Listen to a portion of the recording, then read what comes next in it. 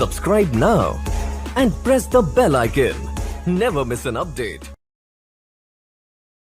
नमस्कार दोस्तों, Hemant LP channel में आपका बहुत बहुत स्वागत है। दोस्तों, इस वीडियो में हम बात करेंगे कि जीवमंडल दो प्रकार के घटकों से मिलकर बनी है, जिसमें पहले घटक का नाम है अजैविक घटक और दूसरे घटक का नाम है जैविक घटक। तो सबसे पहले हम लोग बात करते हैं कि अजैविक घटक क्या होता है। देखिए, यहाँ पे अभी आपको समझाया जाएगा पूरे फिगर के सहित।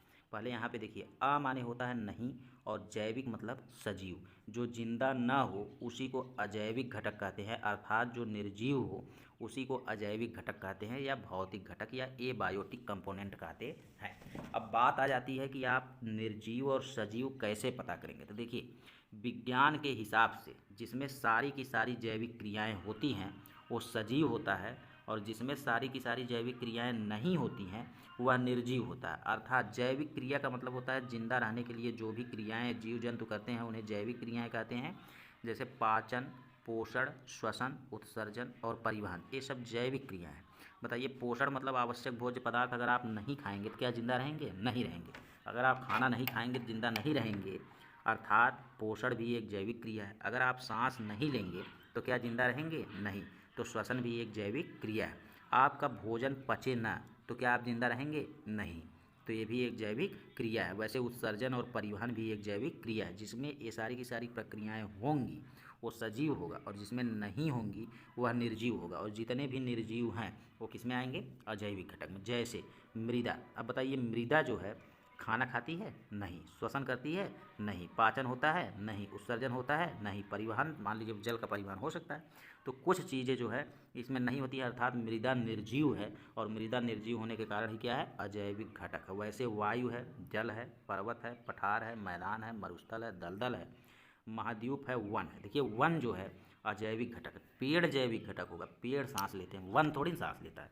तो वन जो होगा अजैविक घटक, क्योंकि द्वीप अगर कहेंगे आप तो द्वीप जो है अजैविक घटक है। क्या द्वीप पे पेड़ पौधे नहीं होते हैं? होते हैं, लेकिन जो नाम लिखा है हमको उसके बारे में सोचना है। महासागर अजैविक है, सागर अजैविक है। बताइए, इसमें कोई भी जैविक क्रियाएं होती हैं? नहीं। झील, झरना, तालाब, हिमानी, ग्लेशियर इत्यादि सब के सब अजैविक घटक हैं। अर्थात जितने भी निर्जीव हैं वो सब के सब अजैविक घटक हैं। जैसे देखिए, जल जो है क्या है? अजैविक घटक है, क्योंकि यह निर्जीव है। मिट्टी क्या है? अजैविक घटक है, क्योंकि यह निर्जीव है। मौसम तथा वायु क्या है? निर्जीव है। प्रकाश क्या है? निर्जीव है, अर्थात जो जिसमें जैविक क्रिया नहीं होती है। तापमान क्या है? अजैविक घटक। आर्द्रता क्या है? अजैविक घटक। ठीक है। अब यहाँ पे देखिए, जैसे मछली की बात करें तो मछली में जीवन होता है, ठीक है, तो यह जैविक घटक होगा। और सांप की बात करें, मेढक की बात करें, पेड़ पौधों की बात करें, हिरन की बात करें और अन्य जीव जंतुओं की बात करें, सब के सब क्या हैं? जैविक है।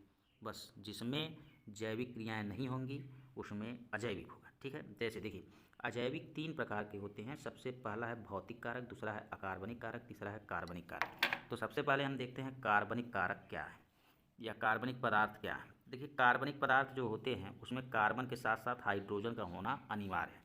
जैसे कार्बोहाइड्रेट, कार्बोहाइड्रेट जो होता है वो कार्बनिक पदार्थ होता है, और कार्बोहाइड्रेट जो होता है ये अजैविक घटक है। वसा, लिपिड, प्रोटीन, विटामिन, ये सब के सब जो है अकार्बनिक पदार्थ हैं और अजैविक घटक। ठीक, कार्बनिक पदार्थ हैं और अजैविक घटक।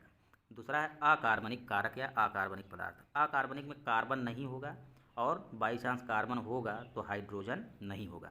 जैसे जल एवं खनिज लवण जो है अकार्बनिक पदार्थ हैं, वैसे ही नाइट्रोजन, ऑक्सीजन, चट्टान, मिट्टी इत्यादि जो है अकार्बनिक पदार्थ होते हैं। ठीक है।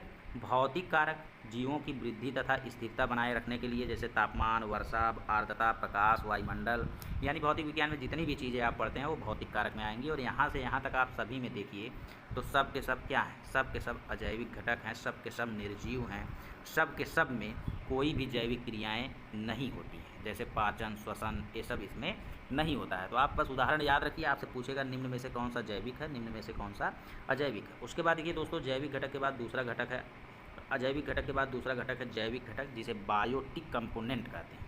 तो बायोटिक कंपोनेंट, जैविक माने जिंदा, जिंदा माने सजीव, यानी जो भी चीज़ें सजीव हैं वो आपकी जैविक घटक में आएंगी। और सजीव का मतलब हमने बता दिया है कि जिसमें जैविक क्रियाएं जैसे पोषण, श्वसन, पाचन, उत्सर्जन, परिवहन इत्यादि हो, वही जैविक क्रियाएं हैं। जैसे देखिए, वनस्पतियाँ, बताइए वनस्पतियाँ श्वसन की क्रिया करती हैं कि नहीं? करती हैं। पेड़ पौधे जो है सांस लेते हैं। जीव जंतु जो है जैविक क्रियाएं करती हैं कि नहीं? करती हैं। अब घटक जैविक क्रियाएं करते हैं कि नहीं? करते हैं।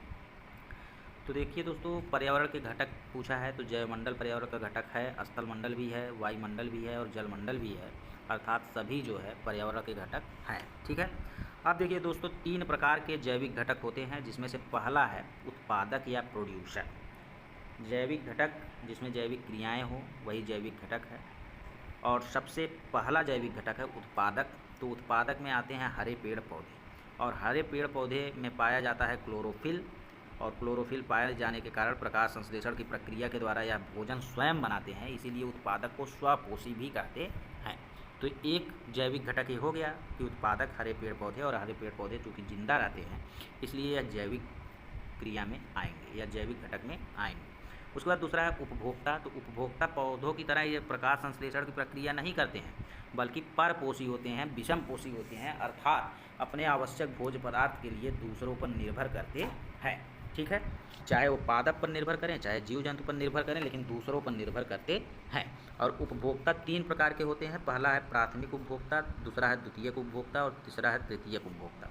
प्राथमिक उपभोक्ता को ही शाकाहारी, और द्वितीयक उपभोक्ता को ही मांसाहारी, और तृतीयक उपभोक्ता को ही सर्वाहारी कहते हैं। शाकाहारी वे जीव जंतु होते हैं जो केवल घास फूस या साग सब्जी खाते हैं, जैसे गाय, हिरन, खरगोश। मांसाहारी वे जीव जंतु होते हैं जो शाकाहारी, अपने से छोटे शाकाहारी जीवों का भक्षण करते हैं, जैसे शेर, बिल्ली, कुत्ता। सर्वाहारी वे जीव होते हैं जो शाकाहारी, मांसाहारी सभी का सेवन करते हैं, सभी को खाते हैं, सभी का भक्षण करते हैं, जैसे सूअर, भालू और मनुष्य। तो आप जान गए कि उत्पादक भी जो होता है वो जैविक घटक है, और उपभोक्ता भी जितने हैं सब के सब जैविक घटक हैं। उसके बाद तीसरा और अंतिम आता है जैविक घटक का उदाहरण अपघटक, जिसे डीकम्पोजर या स्क्वेंजर कहते हैं। इसी का दूसरा नाम जो है मृतपोषी। जैसे उत्पादक स्वपोषी था, उपभोक्ता परपोषी था, वैसे अपघटक क्या है? मृतपोषी है। क्या है? मृतपोषी, यानी अपने आवश्यक भोज्य पदार्थ के लिए जो मृत पेड़ पौधे या मृत जंतुओं पर निर्भर करता है उसी को मृतपोषी या अपघटक कहते हैं।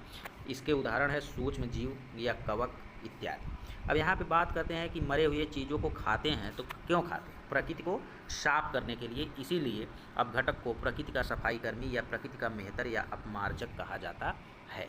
ठीक है दोस्तों। इसके बाद अगला टॉपिक जो है हम लोग अगले वीडियो से पढ़ेंगे, जिसका नाम है पारिस्थितिकी।